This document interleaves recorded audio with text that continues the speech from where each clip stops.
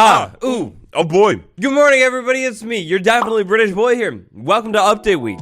That's right, after an unprecedented delay, Minecraft 1.19.1, a pretty controversial update, will be coming out this week. To get you ready for that update, today we're going to talk all about it. Please let me know how you feel about the chat reporting down in the comments below.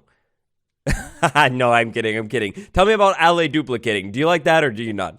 Make a quick stop at the like button and tap it. Pretty sure they changed the color or something like that. And then subscribe for more videos just like this. So, 1.19.1. What are we looking at? And how do we get here?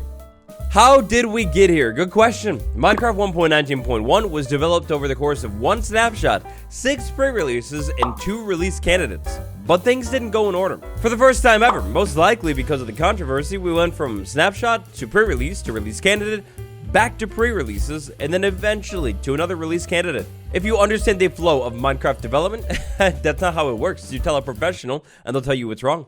But that's how it worked with this one. When it comes to the actual features inside of this update, we have a handful, a very small handful. Of course, we have Allay cloning, duplicating, whatever you want to call it. We have the Yikes feature, we have a Skull Catalyst nerf, unfortunately, and then bug fixes. Alright, so look, today is going to be a little bit different. Not every single update in this update is exactly, not every update is exactly loved by the community, but I don't think I've seen very many people complain about this one, so we'll start here. Check this out, I got a little setup over here. It's a jukebox. Inside of this chest, I have some items, an Allay, music discs, items, and items. We'll start with an Allay and a music disc. So let's say 11. Absolutely terrifying. Nothing good about this one at all. There's like running. It's terrifying. If we ask the Allay what it thinks, well, the Allay is actually kind of a monster. Look at this thing. So a music disc is playing from the jukebox, and the Allay is just vibing. It loves it. Allay will now dance if they hear a music disc in this update. Now, for the Allay to hear the music disc, is going to have to be within like 10 or so blocks of a jukebox while it's playing a music disc. And no matter the music disc, even if it's pure terror, like not good at all, the Allay loves it. This dancing animation, I don't think I will ever get tired of this. It's like, it's like perfect. I could stand here all day and just watch this. Now, this dance animation is going to be 100% the same, no matter what music disc you're listening to. If we go ahead and listen to one that's maybe a little bit more appropriate to dance to, the Allay will still dance. It does the spin, the head bob, everything like that. I love it. It is perfection. While the Allay is dancing, it will definitely still be able to collect items for you. If you give it an item like normal and throw items on the ground, the Allay will dance and pick up items at the same time. It remembers its job, which is pretty cool. But there's more to this whole dancing thing.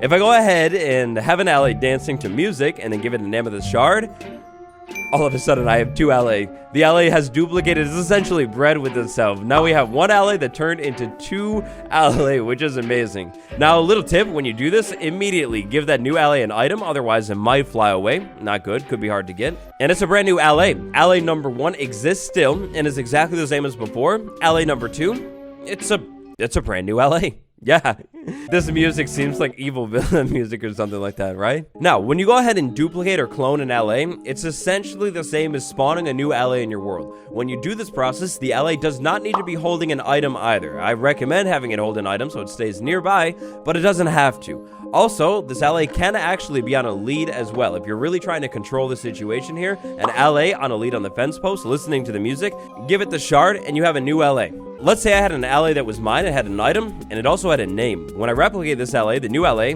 will not have a name. This change was added in snapshot 22W24A and initially had a cooldown of 2.5 minutes. That cooldown has since been bumped up to 5 minutes. Once I duplicate an Allay, I'm going to have to wait 5 minutes before I can duplicate the original Allay or the new Allay. But after that 5-minute timer is up, grab another amethyst shard, duplicate them, and now you have 4.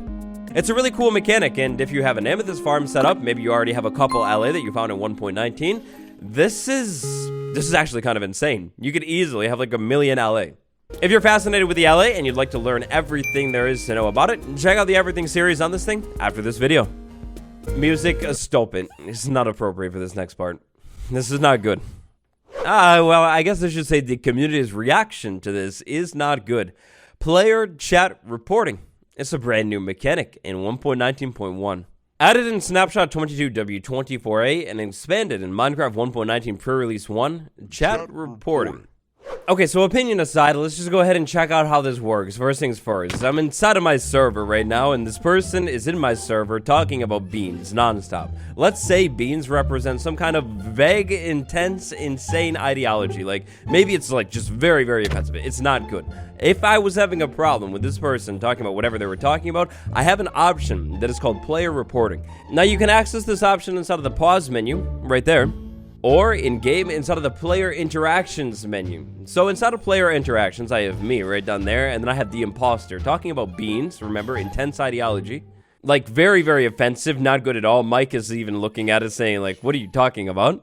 No matter how you access this menu, it's always going to look the same. Inside of here, we have this option, and we have this option right here. The chat report option is the new thing. If we go into chat report, we will see a screen that looks like this. First things first, we need to go back and select the chats that were specifically offensive here. So let's say that one, and we can go ahead and say done.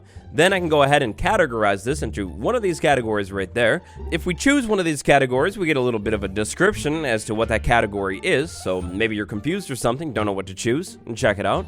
And there is this option for learning more about reporting. We'll check that out in a second, but for now, let's just go ahead and say done. Then we go ahead and add a little bit more context to the report right there, explain what was going on, and then we send it. When we send it, it goes to Mojang. If we back out without sending it, we get this screen right here, which is saying like, hey, do you actually want to, or do you want to keep going? But it's cool.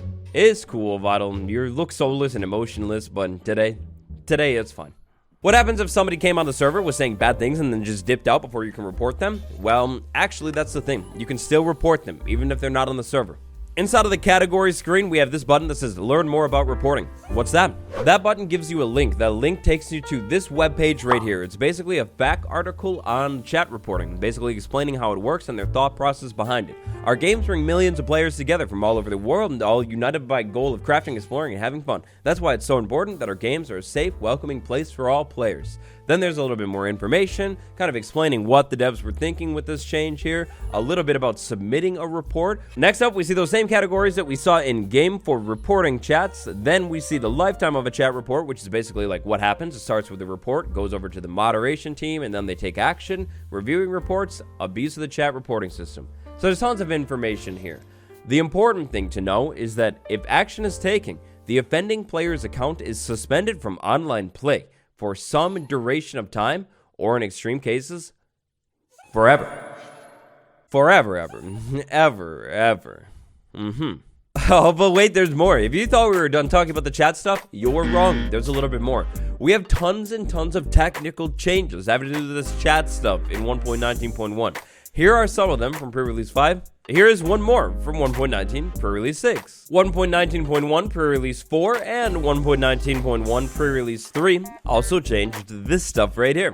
And then let's actually time jump ahead to 1.19.1 release candidate 2. In 1.19 release candidate 2, this is all we have, 2 bug fixes and 2 changes. If you're into more on 1.19.1, check out this video right here after this one. That video with the blue thumbnail, they will go over the pre-releases in a little bit more depth. So look, this is my video, but this one is not really full of opinion or anything like that, at least on chat reporting. I'm going to go ahead and leave that one up to you, but yeah, chat reporting, banning. You probably heard about this. There's lots of different videos on it. You can check it out more afterwards. Immerse yourself in that debate if you'd like. Chat reporting. That's where I'm going to leave it today, okay? Yeah. Allay duplicating, potentially overpowered. Skull catalysts, the devs thought definitely overpowered. They have nerfed it in this update, it's sad. Before Minecraft 1.19.1, a single skull catalyst dropped to 20 experience when it was mined. That's kind of absurd. In 1.19.1, it drops 5 now. This is likely a response to literally everybody farming the Warden. They had to nerf the catalyst because the catalyst is where the Warden drops, and 20 experience from the Warden every time, at least, Well, I guess it's not Division. Thankfully, the Warden still can't spawn on slabs, though. Next, let's do a speedrun round. These are some very smaller changes inside of this update. Resource pack makers, the developers have given you more work to do. There are 3 new icons for the chat report function inside of the resource pack stuff. I don't know. I don't make resource packs. If you are a styler of chat set day for you, the style field default value is no longer present in the JSON file for chat types. This is sad news, or this is happy news. I don't know. I don't style chat. The run command click event for text and chat no longer supports sending messages directly. And if you're going to want that to happen, you're going to have to use /say. I'm not sure for sure, but I would assume that this change has to do with that whole chat reporting stuff. And that does it for our quick rapid-fire round of small changes in 1.19.1.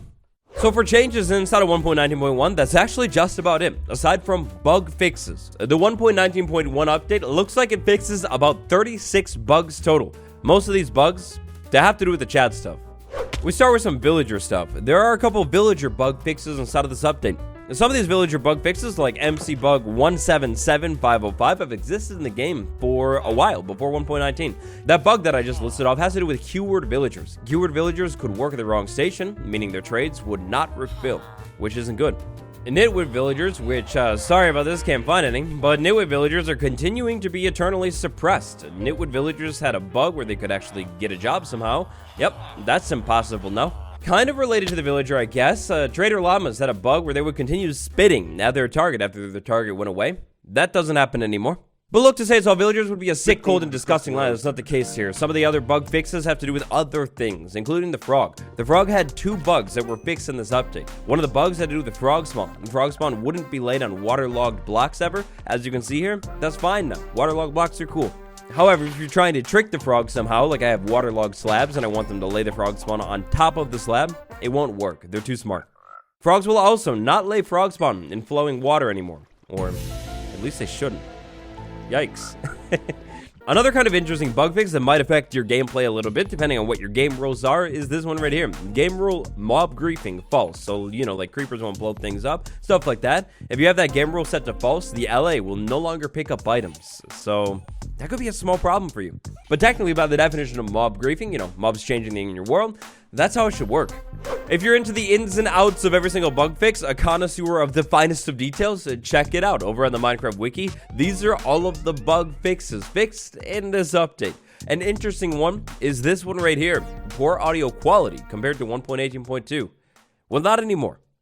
In June, this update was developed. In June, this update was dropped. Let's see what's about to happen next. Okay. The big question anytime after an update drops is what's coming next. This time around, is it 1.19.2 or is it maybe 1.20? Realistically, right now, no matter what anybody says, we have no clue. The developers have not stated if 1.20 is coming soon or if it's coming far. But we can take a look at what the devs have been doing lately. In the past few years, it seems that the devs like a summer update and then a winter update. If we have a winter update coming, that update would be, I don't know, like 5 months away at max, which means development for that update, it would have to begin soon. Unless that update is really, really small. That leaves us with 2 options. A smaller 1.20 update that begins development soon and drops in time for the holidays, or maybe the devs wait all the way until Minecraft Live this year to reveal a big, grand 1.20 update. What do you think is going to happen? Are 1.20 snapshots going to begin soon-ish, or is it going to be a while? If you'd like the idea of theorizing about the 1.20 update, maybe specifically a desert one, then check out this video right now, because this one's basically done. If this update does end up getting delayed again and doesn't come out this week, I'll update you somehow, but I'm pretty sure it will. And so that's gonna do it. Minecraft 1.19.1, everything in the entire update, that's it. It's a pretty small update. You got any thoughts, any takes on any of the stuff inside of the update? Drop them down in the comments below. If you enjoyed today's update breakdown, make a quick stop at the like button. It's really quick, it's painless, and it's so simple. For more Minecraft Big Brain, your best option is subscribe. It's been me, your boy Waddles. Thank you for watching. I'll see you next time. Goodbye, everyone.